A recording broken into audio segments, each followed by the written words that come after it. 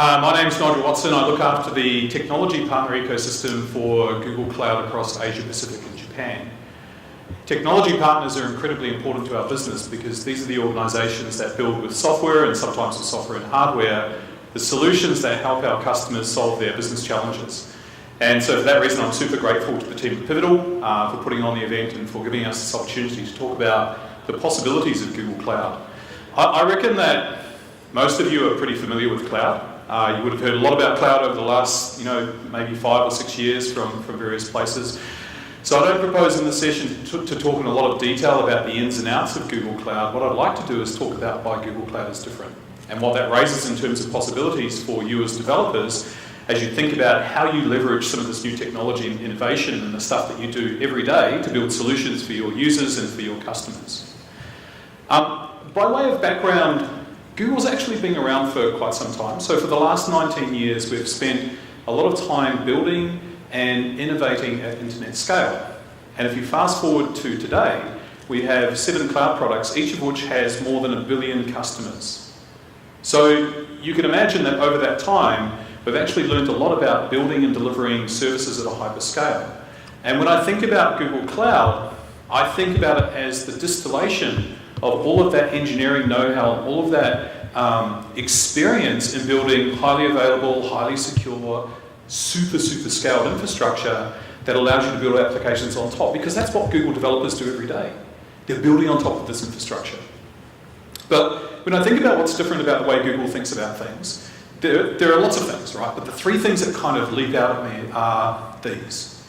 So the first is, it doesn't matter if you're accessing Gmail or you're using the assistant on your phone or you're watching videos of cats on YouTube, you kind of just expect that the service is going to be there, right? When you bring your browser up and you go to google.com to check to see if your internet connection is going, you just sort of expect it's going to be there.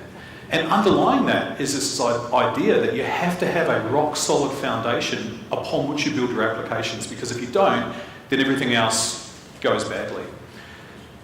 I think the second thing is Google has a very deep set of expertise in data. After all, it's what Google was built on understanding data and using it to the benefit of people on the internet. And so we've got a philosophy around data, which is remove as much of the complexity as possible and just focus on the insights, right? Don't manage infrastructure, manage the insights you're pulling out of data. And then the third thing is developers are happiest when they're just coding and they're focusing on solving problems. They tend to be less optimally happy when they're having to manage infrastructure and worrying about, when they're building things, how's it going to be deployed, and do I have to manage the database scaling, do I have to manage the memory, all of that stuff that doesn't actually add value to you as a developer, and thinking about it takes cycles away from actually building stuff. So these are 3 things that leap out as being very different about the way that Google approaches cloud. So let's drill into each of those in turn. We'll start with a solid foundation. So obviously, at the base of all of this, you have a set of infrastructure and you've got some networking, right, to glue it all together. So Google has a number of regions around the world. Each one of those regions is made up of at least 3 failure zones. And the idea here is that you deploy your compute workloads into a region that's close to your customers. You use the failure zones to distribute the workload around that region to get high availability or fault tolerance. This is kind of table stakes if you're delivering a hyperscale cloud, right? Everybody does this. But something that I think is a lot less obvious about Google's cloud is the networking infrastructure that underlies and underpins what we're doing. So over the last decade, we have been investing very deeply in private links and private network connections between the various regions. So this includes laying undersea cable between North America and Asia, or between Asia and Australia. And the idea here is that we want our customers who use our Google products to have an optimal experience regardless of where they are in the world. And we extend this model by having a number of edge locations in many locations, edge locations, and cache nodes in many locations around the world. And the end result is that when you're using an application on Google Cloud, you actually get a really performant experience. So if you've ever wondered why Gmail is performant regardless of where you are in the world, it's because of this network infrastructure that optimizes links between places, but also to the point where if you're sitting in say Melbourne, Australia, and you're using something like Gmail or YouTube, chances are the traffic is coming from a local point of presence. So you as developers can take advantage of this. This is very, very different to the way a lot of other cloud providers do it. They tend to, especially between regions, hand the traffic off as quickly as possible to an internet provider and let them worry about getting it from A to B. And what that means is that often your traffic is not following the optimal path when it needs to traverse a large number of locations. And in fact, because of this, it's actually said, there's been some studies that have been done, and I'm not going to confirm nor deny them, but that suggests that approximately 25% of the world's internet traffic traverses Google's network. So there's actually an enormous amount of capacity in that network that you as developers, when you're building applications, can leverage to build highly performant apps for your customers. And so someone like PayPal, for instance, takes advantage of this. The reason why PayPal is so performant, regardless of where you're processing a payment transaction anywhere in the world, is because it's leveraging this infrastructure. But of course, none of this would mean anything if you couldn't be sure that the foundation of the service was secure and reliable. And so let me talk now about the way that Google thinks about security. If I was to sum up Google's approach to security with 2 words, it would be these 2 words: trust nothing. And when you have this kind of zero trust mindset, it forces you to think very differently about the way that you build and use your infrastructure. At Google, it led to this philosophy that we have called layered defense and depth security. Layered because you need to think about security at every layer in your stack: the physical infrastructure, the buildings, all that sort of stuff, the operating systems, the runtimes, the application code, the stuff that you put on top of it to monitor it, care and feed for it, the people. All of those things you need to think about in terms of security, and you should trust none of them. That's very deeply ingrained in our philosophy around security. The second defense and depth part is about taking a belt and braces approach to security. So the bad guys only have to be right once. We as a cloud provider have to be right all the time. And what that means is that we invest in security maximally at every single point in the infrastructure and at every layer. And so we try and tie that back to making sure that we're covering off every single point that we can think of in the network and in the infrastructure to ensure that our customers have a secure experience. And this is one of the reasons why there is so much bespoke stuff within Google's network and within Google's infrastructure. We don't buy off-the-shelf components, we tend to make everything ourselves in terms of the hardware, and we also tend to compile everything from source. So we use a lot of open source and we contribute a lot of open source software to the world, but we compile everything from source. And there are some key advantages of that. First of all, we minimize the attack surface of all of our offerings, because only the features and services that we want to be in it are actually in it and are running. There's no extraneous stuff in there that you don't know about that's running that may catch you unawares. And then secondly, we know and have a complete chain of provenance into every single piece of code that runs in our infrastructure. So we've seen some engineer has eyeballed the code and knows what's going on because we compile everything from source. So there's no surprises in there. There is a complete chain of provenance. And then we extend that to the physical world with things like Titan. Titan is a custom-built Google chip that lives in our data centers, in our hardware, and we use it to detect if a machine's been tampered with. It provides a hardware root of trust for the physical infrastructure, but that root of trust can flow up through the operating system, and through to the application stack. You can leverage that trust in your applications. Some of the other things we do around security that are quite different to other players, we have this thing called the Data Loss Prevention API. This is a very sophisticated set of machine learning technologies which you can point at data in your application, and you can it will go out and find anything that looks like personally identifiable information. This is stuff that you don't want to leak into the internet, especially in clear text form. And it will allow you to either redact that information on the fly, or alternatively tag it to be taken out of use. Another area where we're innovating is something called access transparency. Most cloud infrastructure is extremely opaque, right? You don't get to see what's going on under the covers. The vendor will not tell you. In Google's cloud, access transparency provides you with complete visibility and an audit trail into every single thing that's happened to the physical infrastructure that touches your workload. This includes people accessing machines. So you can have a very deep set of insights into what's actually going on under the covers in the Google infrastructure for your applications. And this is super important if you're in a highly compliant environment like financial services or in government or in health systems. actually having this level of visibility is something that's incredibly valuable to you as a customer. And as developers, you can take advantage of this by building in features like policy controls that leverage access transparency that can control what happens when things happen inside as people are managing your infrastructure.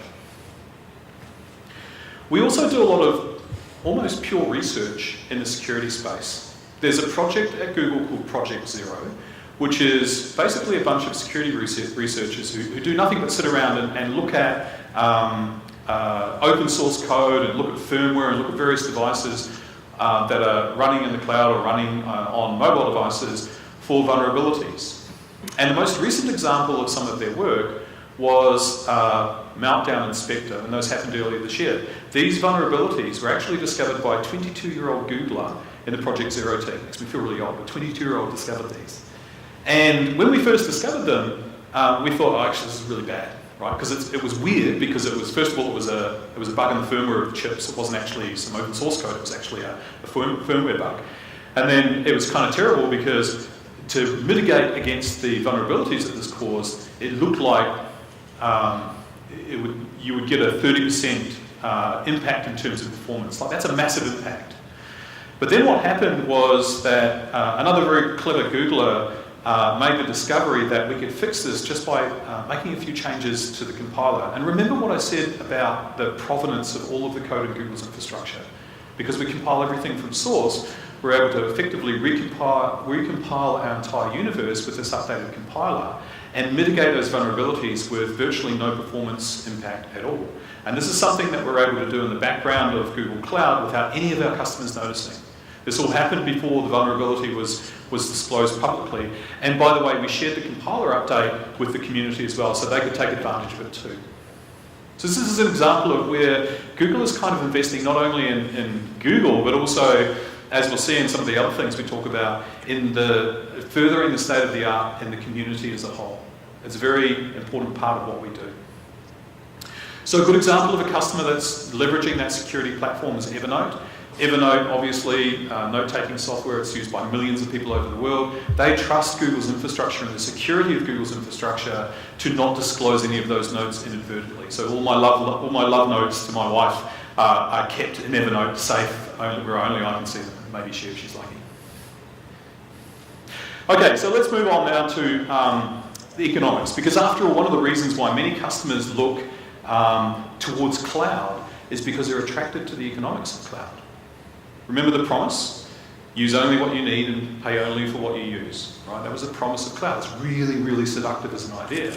But the reality that we're at today with some of the other clouds is, well, you know, there's prepayments to get the best discounts. And you're going to have to do some forecasting to make sure that you're buying the right stuff when you're doing the prepayments. And that's okay, because we've got a team of cost optimization consultants who can descend on your business and help you find cost savings. Right? This is where we're at in the modern day cloud. We kind of, and actually, just while I'm on the topic, RightScale, in a very recent study, discovered that approximately 45% of cloud spending is actually wasted. And they noticed that there were three themes to that wastage. The first was that customers are being forced to buy fixed 3-year leases in order to tap into the deepest discounts of the particular cloud provider's infrastructure. And so you're effectively buying these reserved instances just so you can get the best discount. And the second kind of related thing was that the cloud providers have fixed and inflexible configurations, fixed shaped VM instances, which means they come with a certain number of CPUs and a certain amount of memory. And if your workload doesn't quite fit, or it's a little bit too big, then you've got to go up to the next size. But then you're spending too much money because maybe there's more CPUs than you need or more memory than you need. It's wastage. But you're forced to do it because everything is fixed in size. And then the third thing was, it's really hard to manage short-term workloads, things that come and go, things that pop into existence for an hour or a couple of hours and then disappear. And those sort of things are really common in cloud architectures. We actually think that there's a better way. At Google, we believe that if you're going to run a VM for 24/7, it should cost you less than VMs that come and go. And so we have this thing called sustained use discounts, which basically mean that if you leave a workload running you will automatically receive a discount, up to 30% if you leave it on 24/7. And so for most customers, they'll see a 24% decrease in their cost of using Google Cloud just by leaving their workloads running. And the cool thing about this is that you don't need to do it. You don't need to do anything to get the discount. You don't need to match your instance with a reserved instance shape that you've bought.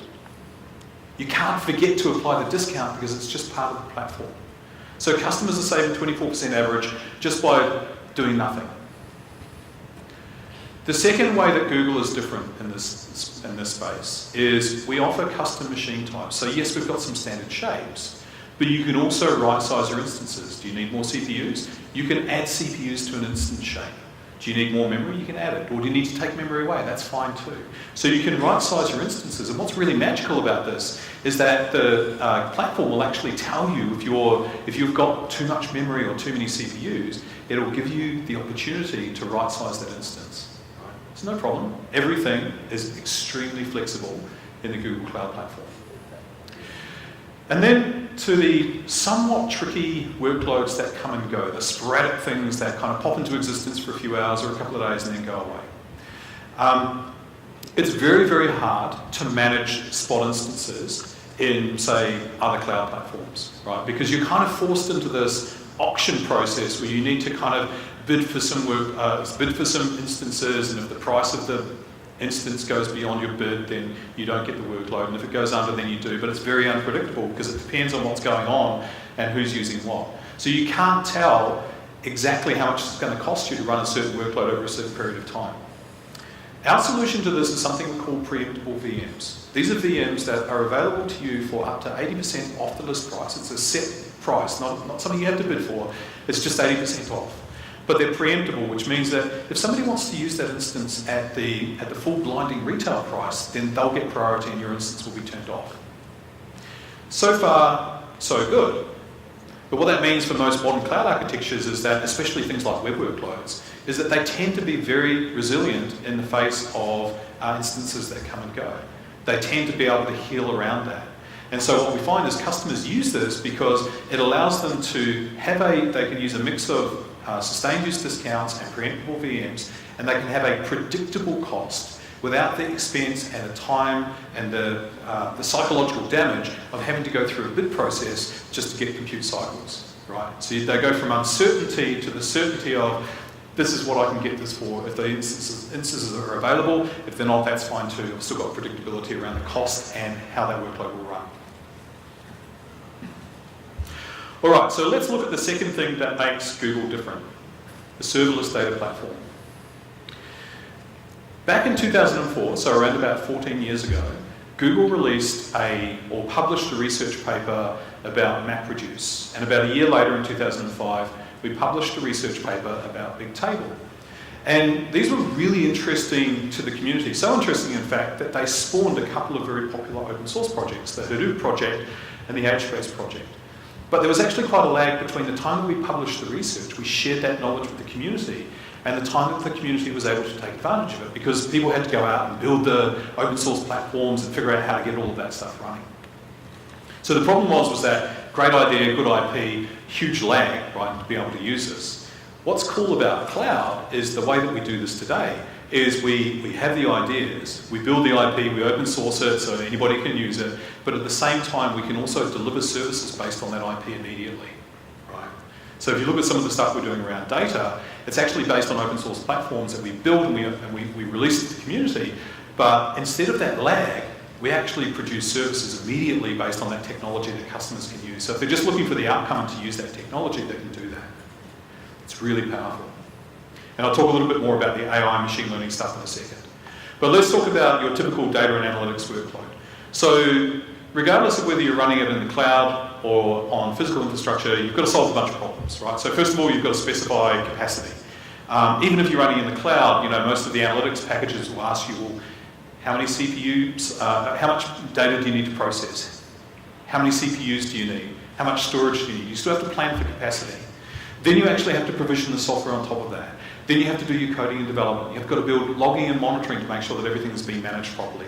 Then you have to do care and feeding. And then, of course, you're wildly successful and you've got 10 times as much data as you planned, so you have to go through the entire process all over again.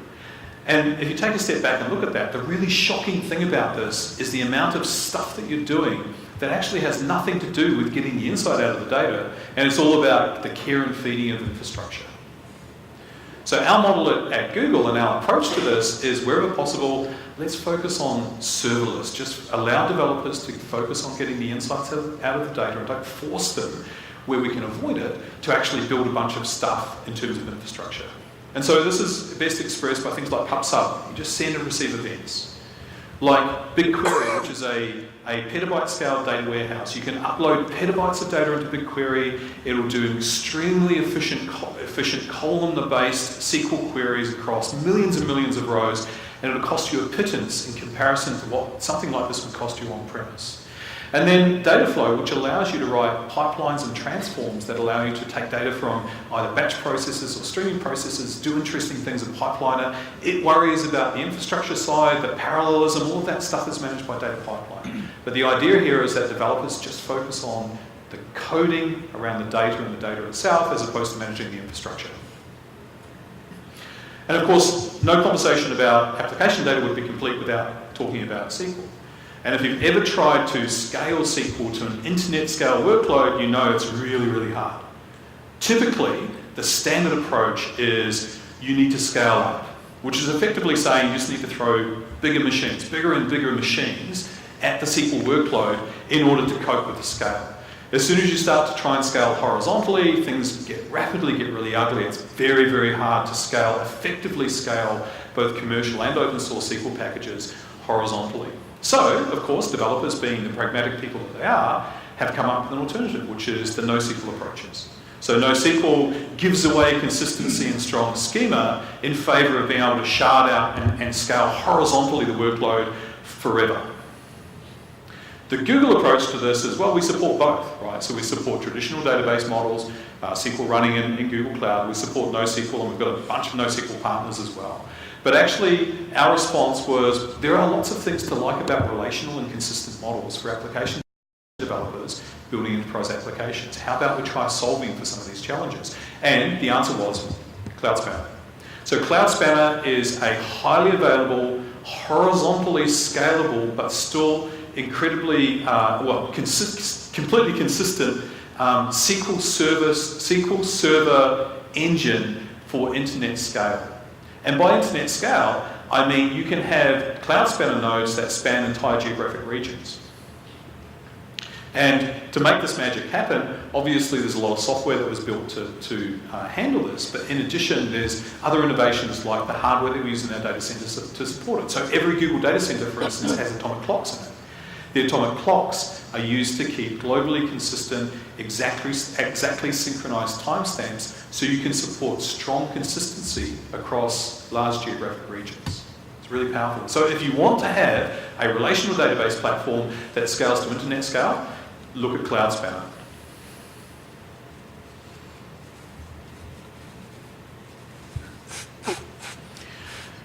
So this brings me to AI and machine learning. This is something that is incredibly, I'm looking for the word, that there's just been so much progress in the consumption of AI machine learning in the last sort of 5 years or so. And it's been enabled, a lot of it's been enabled by cloud technology. So the fact that in the cloud, you've got access to as many CPUs and as much storage as you like. All of the traditional constraints around running analytics, AI, and machine learning workloads kind of go away with the cloud in highly economic ways. But it's also about the democratization of AI platforms. And this is where the machine learning platform at Google comes in. We use machine learning everywhere in all of those 7 services that I talked about before. So for instance, when you are using Gmail, there's machine learning suggestions coming through. When you are looking at photos from Google Photos, there's machine learning stuff recognizing faces. When you're using the Google Assistant, there's machine learning that's being used to kind of understand what you're saying and then figure out what your intent was and do something with it. Inside the Google Cloud, we actually use it in a number of places too. So for instance, one of those areas is in the way that we manage the calling for our data centers. It turns out that actually calling data centers is not as easy as just turning a thermostat on the wall. Because in a data center, you're dealing with a whole bunch of industrial strength, industrial scale devices, generators, pipes, calling thingamajiggies air conditioning units, and they all kind of interact together in very unpredictable and non-linear ways. And in addition to that, you're also having to respond to external events like, the weather. And so we spent many, many years at Google hand-tuning our cooling systems to try and optimize it to lower the cost. And then somebody one day had the bright idea of, just as an experiment, saying, well, why don't we build a machine learning model to see if we can improve on the cooling, the hand-tuned cooling system that we use today. And so that's what we did. And to our shock, the machine learning system discovered 40% in savings. So 40% just by applying machine learning to something that we do every day, and that a lot of very intelligent people would spend a lot of time fine-tuning, and the machine learning system was able to discover 40% of savings. So the potential for optimization of so many things through machine learning is just huge. And of course, from a Google perspective, this is all powered by something called TensorFlow. TensorFlow is an open source machine learning framework and platform which you can basically grab for free off the internet. You can start using it. And in fact, TensorFlow has been used by lots of our partners and organizations out in the ecosystem. So lots of vendors are using TensorFlow as the basis of their machine learning platforms. We had academic institutions using it. There's heaps of TensorFlow going on in financial services. We've seen government usage of it's just everywhere, right? And the reason is that it just makes machine learning super, super easy. So this is an open source platform. Anybody can use it. But what we do inside Google is we've gone a step further, and we've built these things called TensorFlow processing units. These are custom-built Google chips, which are specifically designed for running machine learning TensorFlow models. And they operate at 15 to 30 times the speed of conventional processors, and they'll deliver 30 to 80 times the operations per watt compared to traditional processors. And if you're kind of following the bouncy ball in terms of how CPU technology is advancing, that's like jumping forward 7 years in time. Those sort of figures are like you've basically transported yourself in time forward 7 years. So how do you use machine learning with Google? There are two ways. First of all, if you want to, you can build your own models, bring your own domain expertise and build your own models directly in TensorFlow. And we have customers doing that every day. We've got specialist domains that they're building out their own models. And they build them, they train them, they're using all of the tools. The second way is that you can use the models that we have created, that instead of having to be a data scientist or somebody who specializes in AI machine learning, all you have to be is a developer. And these models allow you to effectively use machine learning by calling in an API. I'll talk about them more in a second. The overall platform consists of the infrastructure I talked about before, then TensorFlow running in a layer above that in terms of libraries, along with the rest of our data platform. And then we have these building blocks. Right? So we've got a building block for vision. This is an API call that you can make. You can send it an image of a face, and it will send you back a whole bunch of data about that face. The person was smiling, they're probably happy. They have blue eyes. They have brown hair, they're probably a man. It's probably a businessman because he's got a jacket on. Like all of these things, it's just stuff that Google has actually trained these models that you can just leverage them directly off the shelf to recognize certain objects, a whole variety of objects. Or alternatively, you can build your own models simply by training the API with your own data. So if you want to recognize a bunch of objects passing by a conveyor belt in a manufacturing process, take a whole bunch of photos of those objects, upload them to the machine learning API, then point a camera at those objects as they pass by on a conveyor belt, and it will tell you what they are. You do not have to be a data scientist. You do not have to be somebody who specializes in math or AI or machine learning technology. You just have to be a developer who can call an API. It's the coolest thing ever. Video intelligence does the same for moving video. Speech for recognizing speech or natural language processing. If you saw the duplex demo at Google I/O earlier in the year, you'll know how just amazing this technology is becoming. And then, of course, translation. So you can, through an API call, you can send it a string in one language and have it send you back text in the desired language of choice. It's an API call. It's not a data science operation. So the analysts are actually taking notice of this as well. Recently, Forrester introduced a new wave category called Insights Platform as a Service. And this is recognition of those vendors who are sort of working towards making serverless machine learning a thing, including us. And in fact, they put Google in as the one and only vendor in the Leaders Quadrant. So if you're interested in working with machine learning and AI, Google has the technology I think that you want to start looking at. Okay, in the 22 seconds that I have left, the third thing that makes Google different, letting developers code. It's hard being an app developer these days because there's a lot of things that you have to worry about that you never used to have to worry about in the good old days where you just threw the code over the fence. So you've got to worry about selecting the right platform, you've got to worry about how you set up monitoring, testing, storage logging, all of this stuff. And not much of that really adds value to you as a developer. The Google approach, again, follows that same pattern. Let's focus on making this as serverless as possible. Remove provisioning, don't manage servers. The best server is no server at all. Pay for only what you use.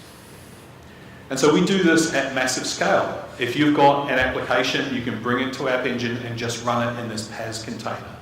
If you're doing containerized app management, you're a Pivotal customer using PKS, you also want to use stuff in the cloud, these two platforms play together really well. We've done a lot of co-engineering with Pivotal to ensure that they play really well together. You can build hybrid apps that span both cloud and on-premise by using these technologies together and scale them in the cloud really easily.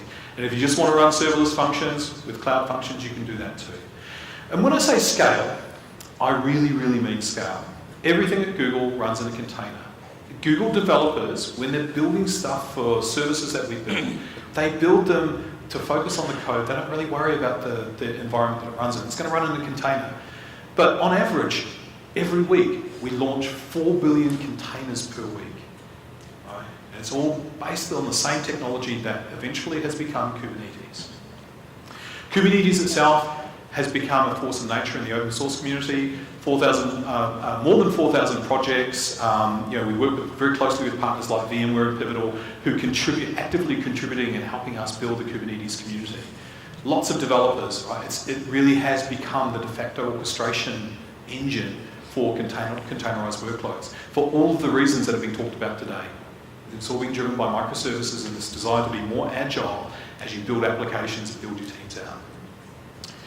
I mentioned scale before. I just want to touch on one point. This blew me away when I learned this, but App Engine services 320 billion requests per day. And you might look at that and say, that doesn't mean anything to me. But actually, it starts to mean something when you think about Wikipedia. All of Wikipedia services about 270 million requests per day. So App Engine is easily an order of magnitude more scaled out than Wikipedia. Right? Just gives you an idea of the sort of scale that we're working at. Okay, so to summarize, how is Google Cloud Platform different? First of all, we're building on a solid foundation. And it's a solid foundation that comes from the engineering experience that we've gained by building at internet scale and innovating at internet scale. Secondly, our focus is on building out serverless data platforms. So make it easy for developers to get insight out of data rather than forcing them to manage data platforms themselves. And then really importantly, if you're looking to innovate with machine learning and AI, you can do that just by calling APIs. And then lastly, just let developers code. Right? Everything is becoming containerized microservices. It really is catching on. It really is a thing, as we've seen today. And it's a philosophy that really Google has built its entire business on. So it's something if all of our SRE and our CRE approaches that Kim talked about earlier today, it all comes back to this kind of serverless model, which is really focused at just letting developers get on with developing. So with that, thank you so much for your time this afternoon. Thanks for sticking around today, and we'll see you again soon. Thank you.